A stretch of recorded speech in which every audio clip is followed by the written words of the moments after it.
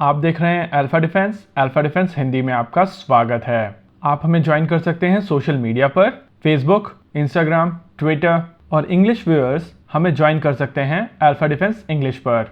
आइए शुरू करते हैं आज का वीडियो।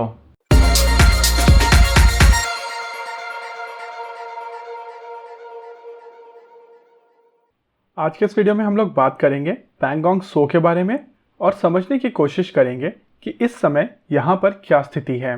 इस जगह के बारे में ज़्यादा डिटेल में बात करने से पहले आइए समझ लेते हैं इस जगह की ज्योग्राफी और थोड़ी सी हिस्ट्री। मैप में जो हिस्सा दिख रहा है, इस हिस्से को कहा जाता है अक्साई भारत। कुछ लोग इसे अक्साई चीन भी कहते हैं। अक्साई का अर्थ है सफ़ेद पत्थर। 1962 के युद्ध के बाद इस इलाके के ऊपर चीन ने कब्जा कर लिया था और फिलहाल इस इलाके में चीनी कब्जा ही है। जैसा कि मैप में आप रेड कलर से देख सकते हैं, ये लाइन ऑफ एक्चुअल कंट्रोल है। ये लाइन पूरी तरीके से डिफाइंड नहीं है और भारत और चाइना के अपने अपने क्लेम हैं।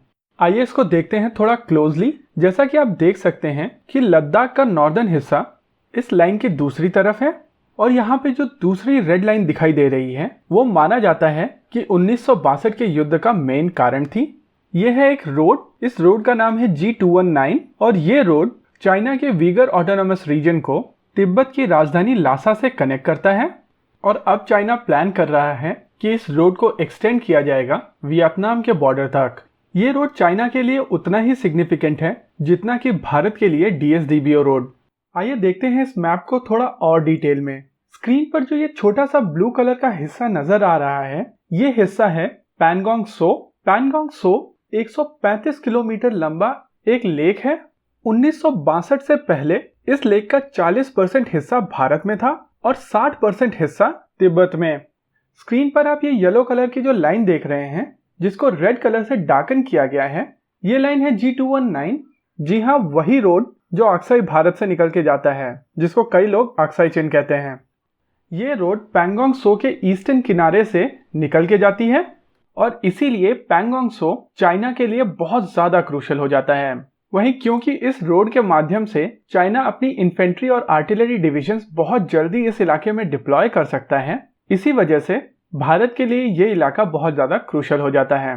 आइए देखते हैं पैंगोंग त्सो को थोड़ा डिटेल में। स्क्रीन पर जो दो येलो कलर के एरो दिख रहे हैं, ये एरो इस लेक के ईस्टर्न और वेस्टर्न किनारे हैं और इन दोनों एरो के बीच में इस लेक की लेंथ 135 किलोमीटर की है। स्क्रीन पर जो रेड कलर की लाइन दिख रही है, ये लाइन इंडिया और तिब्बत का बॉर्डर है जो 1962 के युद्ध से पहले था। इस बड़े पैंगोंग त्सो लेक के बगल में एक छोटा लेक और भी है और इस लेक का नाम है स्पैंगर लेक। आइए थोड़ा और जूम करते हैं पैंगोंग त्सो पर और समझने की कोशिश करते हैं फिंगर एरियाज को। इस इलाके में 8 फिंगर एरियाज हैं जिनको इंडियन साइड ने नंबर दिए हैं। ये नंबर शुरू होते हैं वेस्ट साइड से। जैसा कि आप स्क्रीन पर देख सकते हैं, फिंगर 1 के बाद है फिंगर 2, जहां तक चीनी सैनिक इस स्टैंड ऑफ से पहले पैदल पेट्रोलिंग करते हुए देखे जाते थे। उसके बाद है फिंगर 3, जहां पर ITBP का बेस कैंप है और फिर आता है फिंगर 4, जहां पर अभी स्टैंड ऑफ है। आइए समझते हैं इसको थोड़ा डिटेल में एक 3D मैप की मदद से। ये जो आप देख रहे हैं, ये है फिंगर 1 और इसके बगल में है फिंगर 2 और थोड़ा साइड जाते हैं तो आता है फिंगर 3। यहाँ पर ITBP का बेस कैंप है। फिंगर 3 कुछ इस तरीके से है कि इसके ऊपर रोड नहीं बनाया जा सकता और ये एक तरीके की क्लिफ है जिसको पार करने के लिए भारतीय सैनिक पैदल जाते थे और इसी वजह से इस पॉइंट के आगे की पेट्रोलिंग पैदल की जाती थी। आगे है फिंगर 4 और इस फिंगर 4 के किनारों पर आप देख सकते हैं कि चाइनीज तरफ से इसके किनारों पर रोड बनी हुई है। इसके वजह से चाइनीज बड़ी ही आसानी से काफ़ी तेज़ी से इस इलाके में आ सकते हैं। और जैसा कि आप फिंगर 4 के टिप पर देख सकते हैं, यहाँ पर एक ऐसी जगह बनाई है जहाँ पे चाइनीज व्हीकल बड़ी ही आसानी से यू टर्न करके वापस जा सकते हैं। इस समय फिंगर 4 की क्लिफ के ऊपर चाइना ने बंकर्स बना लिए हैं और उन लोगों ने कई पोजीशंस को फोर्टिफाई करना शुरू कर दिया है। फिंगर 4 के बेस पर इस समय भारत ने एक टेम्पररी कैंप बना लिया है और ये कैंप इसलिए बनाया गया है ताकि चाइनीज और आगे ना आए।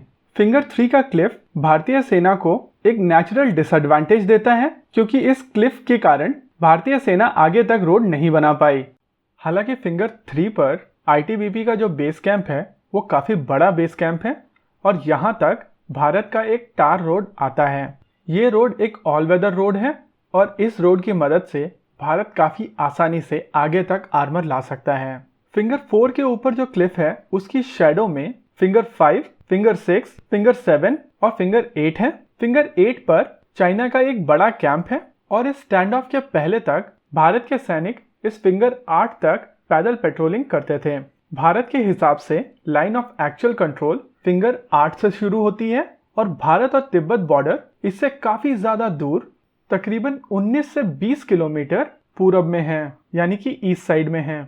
इस जगह पर चाइना ने 1962 के युद्ध में कब्जा कर लिया था, लेकिन फिंगर 8 से 4 तक का जो रोड बनाया गया है वो बनाया गया था करगिल युद्ध के दौरान। और उस समय चीन चाहता था कि भारत चीन के साथ यहाँ पर भिड़े ताकि भारत के खिलाफ एक और फ्रंट खोला जा सके। इसको आप प्रेशर पॉलिटिक्स कह सकते हैं, मौके का फायदा कह सकते हैं, और ये भी कह सकते हैं शायद चाइना की तरफ से कोशिश थी कि पाकिस्तान को मदद पहुंचाई जाए। इससे आगे 2 और चाइनीज पोस्ट हैं जिनका नाम है श्रीजाप 1 और श्रीजाप 2। इस लोकेशन के दोनों साइड पहुंचने के लिए चीन ने 2 रोड बना रखे हैं। पहला पैनगोंग सो पर है और दूसरा रोड स्पैंगर लेक पर है। ये दोनों ही रोड अंदर की तरफ जाकर G219 हाईवे से मिलते हैं और इसी वजह से इन दोनों रोड्स की मदद से चाइनीज लॉजिस्टिक्स इस इलाके में काफी स्ट्रांग है। हालांकि इस इलाके में एक एडवांस लैंडिंग ग्राउंड है जहां पर एक एयर स्ट्रिप है। इस एयर स्ट्रिप से बड़ी ही आसानी से इन दोनों रोड्स पर नजर रखी जा सकती है, लेकिन यहाँ पर एक चाइनीज आउटपोस्ट भी है जो इस तरीके से बनाई गई है ताकि ये चुशूल एडवांस लैंडिंग ग्राउंड को टारगेट कर सके। लेकिन असली प्रॉब्लम है फिंगर 4 पर। इस समय फिंगर 4 के रिज के ऊपर चीनियों ने कब्जा जमा लिया है और ये लोग धीरे धीरे थोड़ा थोड़ा आगे बढ़ रहे हैं। इन लोगों ने रिज के नीचे भी पिल बॉक्सेस बना लिए हैं। जैसा कि आप फोटोग्राफ में देख सकते हैं, इस रिज के नीचे इंडियन पोस्ट है। पहले ये पोस्ट यहाँ पर नहीं थी और जैसे ही चीनी रिज के ऊपर आए हैं वैसे ही भारत ने भी फिंगर 3 को क्रॉस करके फिंगर 4 के रिज पर अपने कैंप्स लगा लिए हैं। लेकिन सैटेलाइट इमेजेस को अगर ध्यान से देखा जाए तो पूरे रिज के ऊपर चीनियों ने अलग अलग जगहों पर बहुत सारे बंकर्स बना लिए हैं और ऐसे में अगर कोई कॉन्फ्लिक्ट होता है तो इसका एडवांटेज चीनियों को जरूर मिलेगा। वैसे साल 2013 में कुछ ऐसा ही करके चीनी सैनिक डी एस्केलेशन प्रोसेस के तहत वापस चले गए थे और अगर इस इलाके का स्टेटस को दोबारा मेंटेन किया जा सके तो ये दोनों देशों के लिए बेहतर होगा। आपको क्या लगता है बताइए हमें कमेंट सेक्शन में। आगे आप कौन सा वीडियो देखना चाहते हैं बताइए हमें कमेंट सेक्शन में। वीडियो को अंत तक देखने के लिए धन्यवाद। अगर ये वीडियो आपको पसंद आया हो तो इसको अपने दोस्तों के साथ जरूर शेयर करें और अगर नहीं पसंद आया तो बताइए हमें कमेंट सेक्शन में आखिर क्यों। देखते रहिए अल्फा डिफेंस। धन्यवाद। जय हिंद।